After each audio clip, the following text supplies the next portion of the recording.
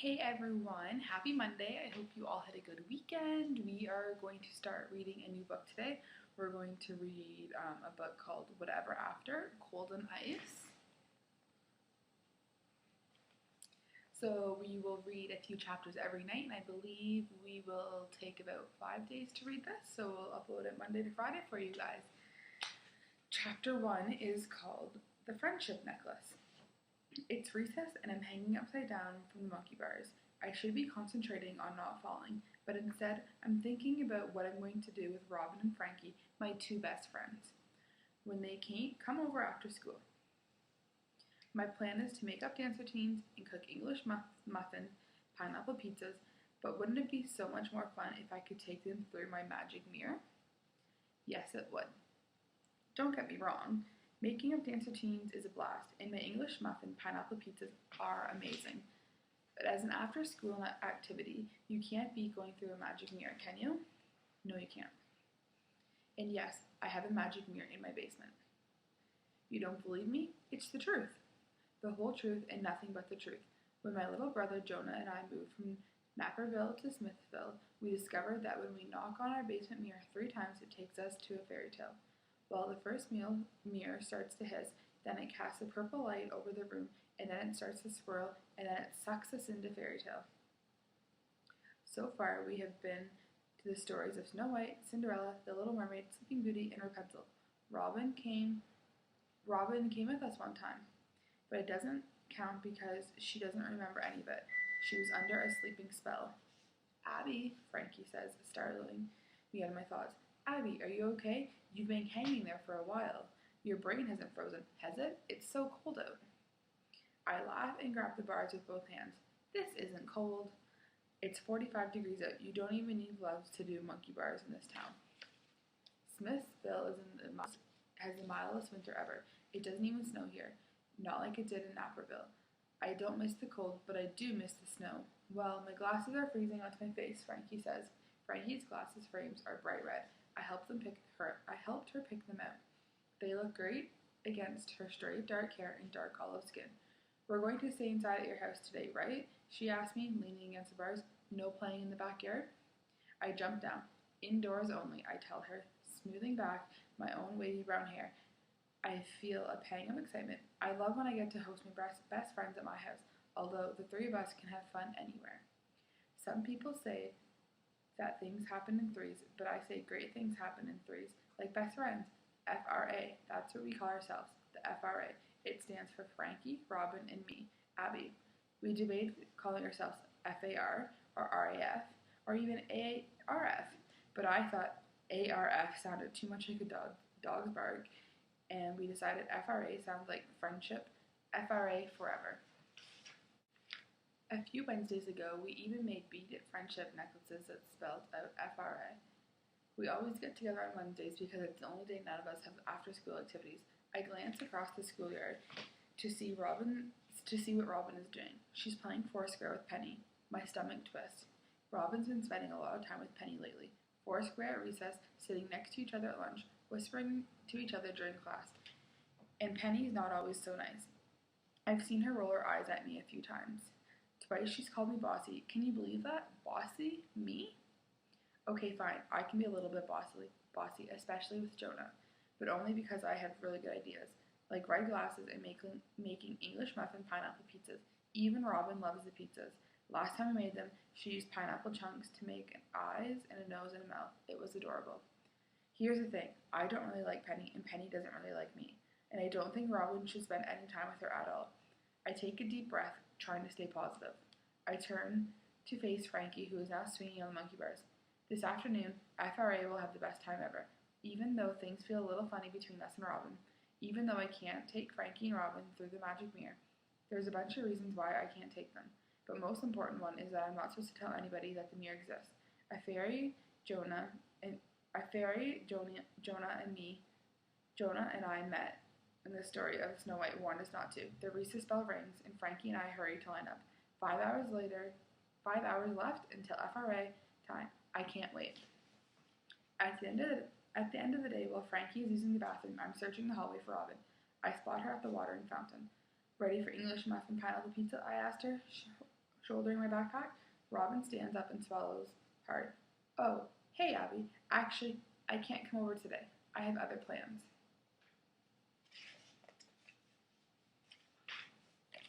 What plans? I asked, my voice tight. Do you have a doctor's appointment? No, she says, fiddling with her beaded necklace. I'm going to Penny's. My stomach sinks to the bottom of my shoes. Penny? She's ditching us to spend time with Penny? No. Excuse me, Robin asks. No, I say. You can't ditch us to hang out with Penny. It's FRA Day. Last week we went to your house. The week before that we went to Frankie's. And today you're supposed to come to mine. That's how we do it for months. We have an order, a routine. Robin looks down at the glittery sneakers. Penny invited me to come over after school, and I want to go. Can't you go another day? I asked. No, she says. I can't. Penny is busy on Tuesday and Thursdays, and the only day we both have free is Wednesdays. But the only day we have free is Wednesdays, I shout, and then I try to catch her breath. I don't really want Penny coming over, but I'd rather invite her along than lose Robin. I guess Penny can come to my house too, I say. It's fine. I'll probably have extra English muffins. That's okay, Robin says. Maybe another time. My eyes prick with tears. What is going on here? Are you mad at us or something? No, Robin answers, and our eyes lock. I'm allowed to have other plans, aren't I? I can't just spend all my time with you two people. Why not? I demand it. We're best friends. You're supposed to spend all your time with your best friends. Robin tugs on one of her strawberry blonde curls and is quiet for a moment. Penny's my best friend too, she says. What?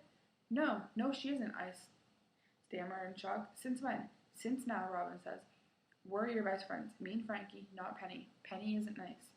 I think she's fun, Robin says. Fun isn't the same as nice, I say. I cross my arms. You can't be best friends with Penny and be our best friend too. Robin pales. Why not? Because I said so, I respond, letting my voice rise. You have to choose. It's either Penny or us. Robin's eyes narrow. You're making me choose. If you're making me choose, then I choose Penny. I grasp. I feel sad, but I'm also really, really mad. My eyes narrow, too. Then take off your necklace. Robin's jaw drops. My FRA necklace? Yes, I say, my voice crackling. You're not our best friend anymore. You can't wear it. Go make necklaces with your new best friend Penny. You can make Robin and Penny necklaces too. RP. I mean, the RP sounded really loud, so it sounds extra ridiculous. Even more ridiculous than ARF did. You want me to take it off right now? Robin asks quietly. I nod. I'm afraid I'll start crying if I open my mouth. Fine. She pulls the leather strand over her head and throws it at me. You keep it.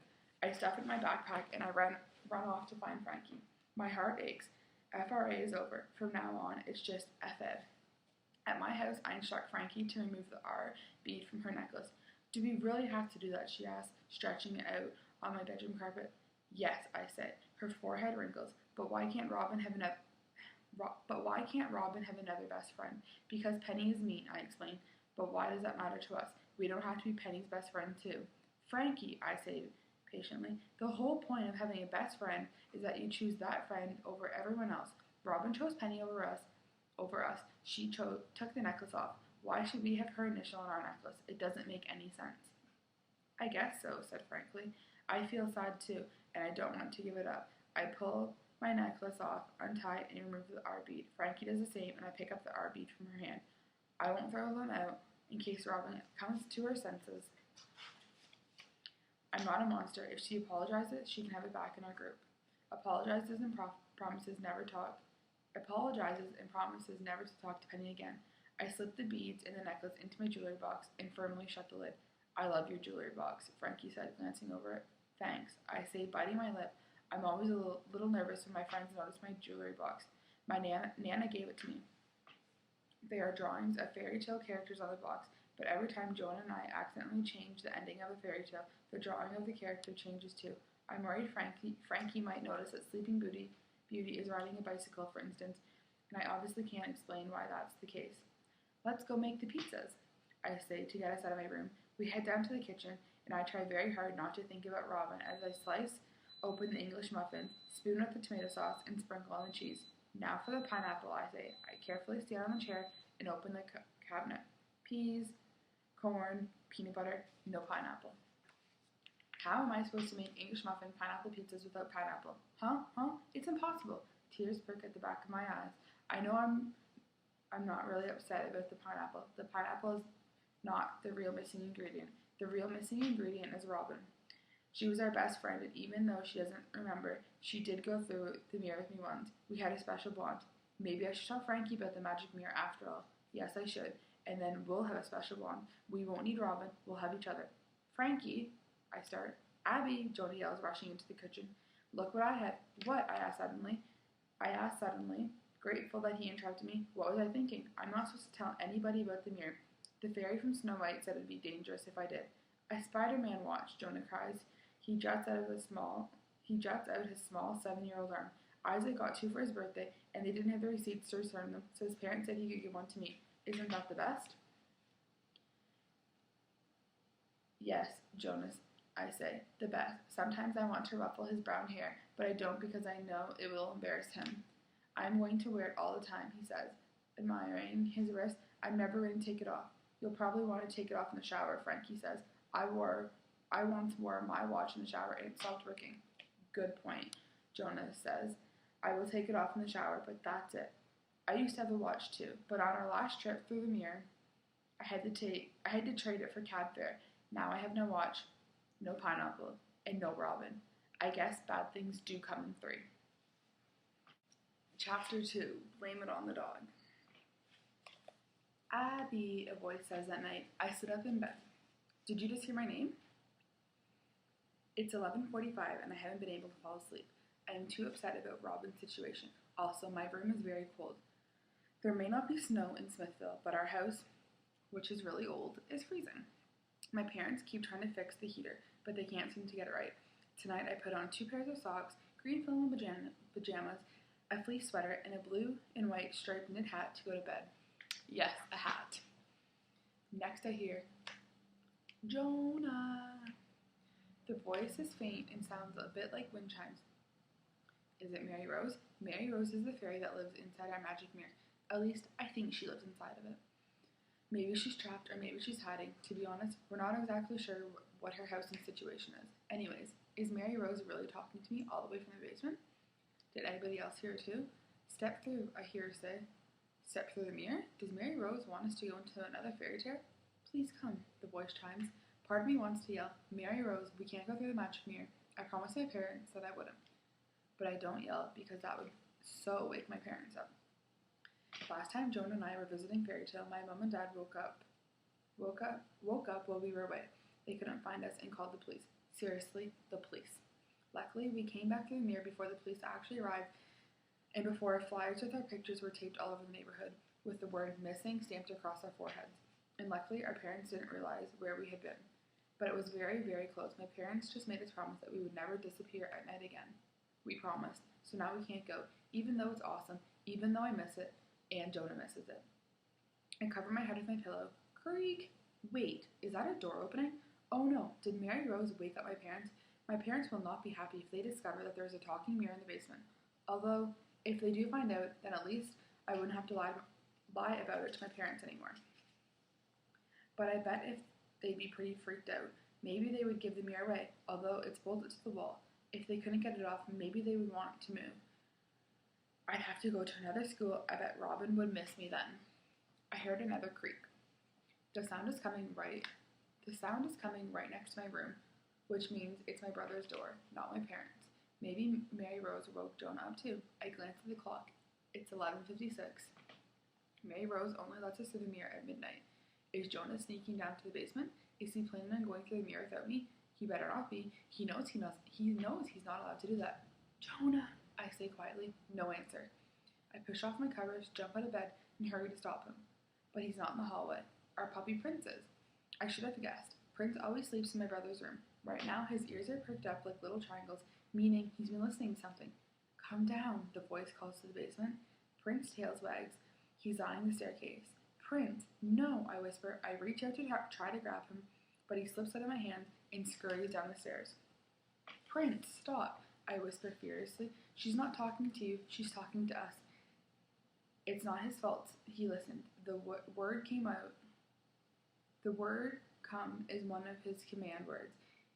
He won't be able to go far, I tell myself as I race down the stairs. I'm sure the basement door is closed. It always is. Prince may have pushed Jonah's door open, but that doesn't mean he'll be able to do the same with the basement's door. On that one, you have to actually turn the handle. And anyways, even if he did get into the basement, it's not like the mirror would suck him in. He'd have to knock 3 times for Mary Rose to take him in. And Prince might be smart, but he does not know how to knock. I reach the basement door. It's wide open. Okay, I wasn't expecting that. Who left the door open? Probably Jonah. He's usually to blame when things go wrong, like most little brothers. Although maybe my parents were working in the basement before bed. All I know is for sure it wasn't me, and I am not to blame. I am never to blame. At least, not usually. Prince, I call down. Should I go get him? Yes. No. Yes. No. I can't. I specifically promised my parents I wouldn't go into the basement at night. If I take another step, then I'm officially breaking my promise. I do not like to break my promises, unlike Robin. Prince, I'm waiting here for you, I yell. Prince does not answer. Prince, if you come back upstairs, I'll give you a treat. Do you want some peanut butter? Peanut butter. I'm eating peanut butter right now. It's delicious. I will eat all of it by myself if you don't come back up the stairs. Come on, Prince. Come on, Prince. I do not want to stand here all night. It's cold, but at least I'm wearing 2 pairs of fuzzy socks and a fleece sweatshirt and a hat. I'm making fake food slurping sounds when I see it. A purple light radiating the stairs. Oh no, oh no, oh no, oh no, oh no. I hear a whimper. Prince, no. Without thinking, I run down the stairs. Prince paws the glass. The reflection of the mirror starts to swirl like a tornado. Step back, Prince. Step back, I yell. What do? Do I try and grab him? What if the mirror pulls me inside? I promised my parents I wouldn't go into the basement, and I cannot go without Jonah. My heart is racing. Do I go? Do I not go? Do I go? Do I not go? The mirror turns into a vacuum cleaner, and with a loud slurp sound, Prince is sucked in. Ah! I hold on the banister so tight so I don't get pulled along. After a few seconds, the mirror stops swirling. Abby, I hear. I turn around to see Jonah standing at the top of the stairs. What's happening? He said. Where's Prince? I catch my breath, and then I say, Prince escaped from your room and got into the basement and went through the mirror. I was trying to keep my voice down so I wouldn't wake the parents. But that's tough. This is a crisis. Jonah's eyebrows shot up. Alone? Of course alone. I'm here, aren't I? Jonah runs down the stairs. Abby, you let my dog go through the mirror alone? First of all, he's our dog, I have.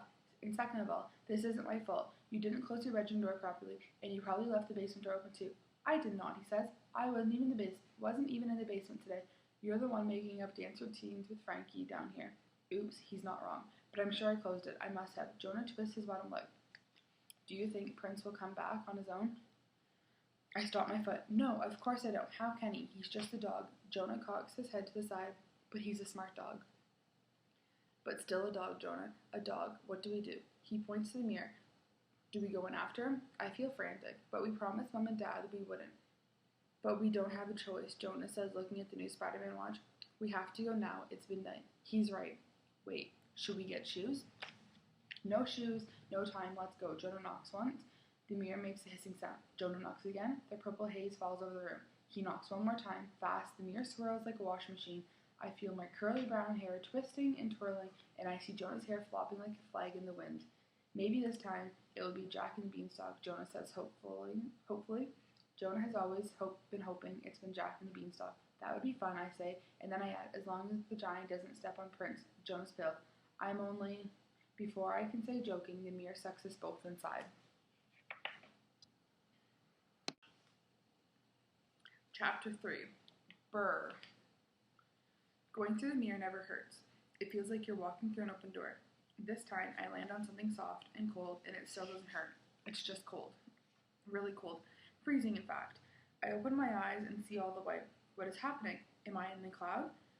Are we in the story Aladdin?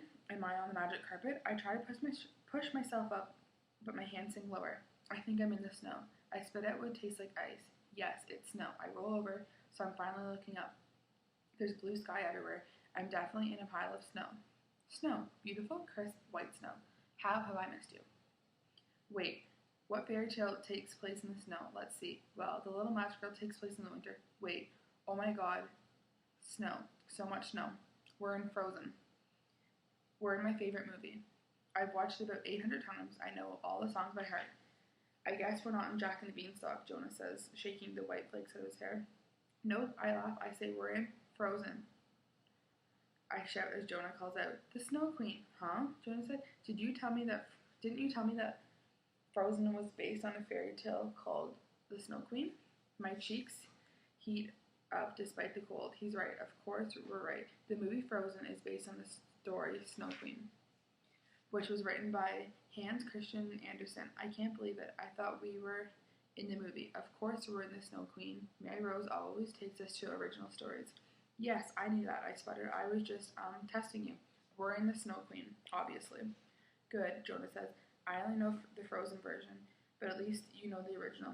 So now we know what's going to happen. My Nana is an English professor at the University of Chicago. Before we moved to Smithville, she used to read us the originals of fairy tales all the time. I paid a lot more attention than Jonah did. Also, ever since we started going through the mirror, I've been rereading a lot of the fairy tales on my own. I've read The Snow Queen a few times, not as many times as some of the others. It's broken up into 7 stories or chapters. It's really long, and parts of it are kind of confusing. It's pretty here, huh? Jonah asked. It definitely is, I agree. We're standing in the center of a flat, snowy field. It reminded me of the resort we went to last winter with our parents. They wanted us to try skiing. Jonah loved it. I did not. I spent more time tripping over my skis as Jonah sailed down the mountain. Anyways, the setting here looks a lot like that, except without the chairlifts or skiers or the people. It's just snow-covered mountains, pine trees, blue skies as far as the eye can see. No houses or cabins in sight. I take a deep breath. The air is crisp, fresh, and cold, but the sun feels warm against my face. Jonah examines his bare and now slightly red, cold hands. Do you think my fingers will fall off? I bend my thumb back and forth. I wish I had slept in mittens. Maybe, I say. Then I wiggle my toes inside my socks. Good thing I'm wearing 2 pairs, and at least the snow is soft and powdery and not soaking into my feet. Not yet. I wish we put shoes on, I said, or better yet, boots. I'm wearing slippers, Jonah points out. Lucky, I say, looking down. His slippers are warm and fake fur lined. He got them for Hanukkah. I wish I had a pair. Like me, Jonah always has the fleece sweatshirt over his cozy, charcoal gray pajamas. His sweatshirt has a hood. I reach up to adjust my striped hat. Suddenly, I'm glad our house in Smithville has a heating problem. Wait a sec. Is it possible that Mary Rose caused this recent heating problem so that Jonah and I would sleep in really warm clothes and be better prepared to visit this story? Jonah reaches out his ungloved hand and pulls me to my feet. We can't stay long, I warn. Standing up, brushing ice chips off my flannel bottoms. Let's just get Prince and find our way back to the basement before Mom and Dad wake up. We have no idea what time it is at home. It's 12:09 at home, Jonah says, holding up his wrist. I'm wearing my Spider-Man watch. Oh, right, good. We'll wait to see how time passes here. Sometimes a day in a fairy tale is an hour at home. Sometimes an hour in a fairy tale is an hour at home. The watches we wear from home keep track of the time back there. Whenever we go through the mirror, we're always desperate to get back before 7 a.m. when our parents come into our rooms to wake us up. It's pretty bright here now, Jonah says, blinking. Maybe it's the middle of the day. Feels like that, I say. We want to get out of here before it gets dark. Without the sun, we're definitely turning into icicles. Look at all the snow, Jonah cries, scooping up both arms. Full of it? I miss snow. Me too, I admit. It's like Naperville, but even better. Let's build a snow fort, he exclaims, crunching down. Jonah, I just told you we're in a rush. We have to find Prince, and we have to find the portal home. The portal home can be anything, a chimney, a window, a mirror, and we never know what it is until we knock on it. No snow forts, at least not until we find Prince and the portal home. What about a snowman? Jonah, we're not making a snowman. Hey, it's like I'm Anna and you're Elsa, he teases. You're refusing to build a snowman with me. I smile. You know we're not going to meet Elsa and Anna, right? His face falls. What? How come? They weren't in the original story. He pouts. What about Olaf? Kristoff? No and no. Is there even a Snow Queen? He asks with a sigh. Of course there's a Snow Queen, I say, struggling to remember everything. That's the name of the story, but she's so much more different than you'd expect. She's evil and scary. His eyes light up. Really? Jonah loves evil and scary parts of stories. I nod. Can you tell me the original story? Jonah asks. I rub my hands together to warm them. Let's look for Prince while I tell you. Suddenly, I have a sinking feeling in my stomach. Jonah, what if Prince isn't in the story? Huh? We didn't go through the mirror at the same time. He could be in a totally different fairy tale than ours, like Beauty and the Beast or The Princess and the Pea. I swallow hard. Prince could be taking a snooze on 100 mattresses while we were trekking through the mountains of the snow to find him. No, he's here, Jonah says, with a confident voice. And how do you know that? Because those are paw prints. Jonah points ahead in the snow. I see small paw prints, a circle of 4 smaller circles on top of it, and it looks like the outer line of the flower. There's not just one paw print either. There's a whole line of them leading up the field towards the one mountain. Yay! Prince is here, I say, relieved. At least we're not a fairy tale wild goose chase. Let's go, I add, tugging Jonah's arm. Then I stopped and I realized another potential problem. How do you know for sure those are Prince's paw prints and not, say, a wolf or something? Jonah's eyes light up again. Like the wolf from Little Red Riding Hood? You think he's here too? That's another one of Jonah's favorite stories. Jonah remembers. Jonah only likes and remembers the one where people get eaten or lose toes. No, Jonah. I don't think the wolf from Little Red Riding Hood is here. Have you noticed the piles of snow? Yeah, but couldn't there be another fairy tale that takes place in the winter? It's not always summer in Little Red Riding Hood's forest, is it? There must be snow sometimes.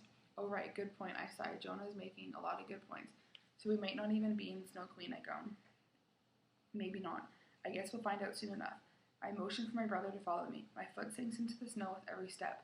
My socks are starting to get slightly wet. Great. I hear Jonah's slippers crunch in the snow behind me. In the case we are in the Snow Queen, he says, why don't you just tell me the story like you were going to? Fine, I say, but it's really long and kind of strange. I'll try and give you the short version. There are 2 kids, Kai and Gerda. They're neighbors and best friends, and Gerda's grandmother takes care of them. But one day Kai disappears. Everyone says he died, but Gerda does not believe it. She thinks that the Snow Queen came and put Kai under a spell, and she's right. The Snow Queen numbed Kai all the way to his heart with her freezing powers. Gerda decided to find him, so she goes on a search. She meets these weird people along the way. At one point, a band of robbers grab her. A band? Like a singing group? No, a band, like a bunch of people. Then why is it called a band? I don't know, I say. It just is. Are you sure they don't sing? Yes, I say, trudging over the mound of snow. I'm sure. It's not that kind of band. At the word band, Jonah poses like he's playing the guitar. I said it's not that kind of band. I know, but it's a fun pose. I slip on a patch of ice and fall on my behind. Ouch. I push myself up and straighten my hair. Can I go on with the rest of the story now? Jonah makes one more strum on his imaginary guitar. Yes, go on. As I talk, we continue following the paw prints through the snowy fields. In the band of robbers, there's a little robber girl, and this girl lets Gerda escape, and then she lends her a reindeer. 7? No, not 7. Just a reindeer. I step around a few circles of ice. Still, I've always wanted to see a reindeer. Jonah tries to step up on the snowbank as we talk. Careful, Jonah, I said. We might see a reindeer depending on where we are in the story, and even if we are in the Snow Queen. If we are even in the Snow Queen. Anyways, the little robber girl helps Gerda escape. Gerda finally makes her way over to the Snow Queen's ice castle. She sees Kai. He definitely is under the Snow Queen's spell. She hugs him and cries, and then his tears melt the spell and unfreeze him. He snaps out of the trance, and they follow her home. Jonah bends down to scoop up some snow and let it fall from his hand. What happens to the Snow Queen? I shrug. Nothing. She's not there. What do you mean? I don't know. She's away at the end of the story, traveling or something. Convenient, Jonah says. Seriously, I agree. We reach the foot of the mountain. The paw prints go up behind one of the trees. We follow them. I hope he didn't climb too high. Well, the story wasn't that complicated or long. There's a bunch of other stuff that doesn't make sense. I explain, like there's a little troll. A troll? A nice troll? No, he breaks a mirror, and the broken pieces fly into people's eyes and hearts and harden and freeze them. Jonah furrows his eyebrows. I thought the Snow Queen froze people's hearts. Yeah, that's the confusing part. I don't know. Just stay away from broken mirrors, okay? He nods. Okay. I feel something wet and cold lay on my nose. I look up. Snowflakes. A million of them coming down. It's snowing very hard. Pretty, Jonah says. It's like we're in a snow globe. They are kind of pretty. They look like confetti. We should probably keep going, I say, except when I look down, I realize there's a problem with all this pretty snowflakes. Oh no, the paw prints are being buried in the snow. I can't tell what way prints went. Shh, don't shush me, Jonah said. This is a real problem. Now that we're walking up the mountains between the trees, I can't feel the sunlight and my cheeks are starting to freeze. Did you hear that? Jonah whispers. Hear what? Then I hear it. Ruff! Prince, I holler as a bunch of snowflakes fall on my eyes. Is that you, Prince? Where are you? Ruff, ruff, ruff. Prince, it's him. Ruff, ruff. I roll my eyes as I realize where the barks are coming from. The top of the mountain. Thanks, Prince. Thanks a lot. So that's the end of chapter 3. Thank you, everybody, for listening to this book. I will be back tomorrow night with some more chapters. So I hope you guys all have a rest of a good night and a good day tomorrow. We'll talk to you later.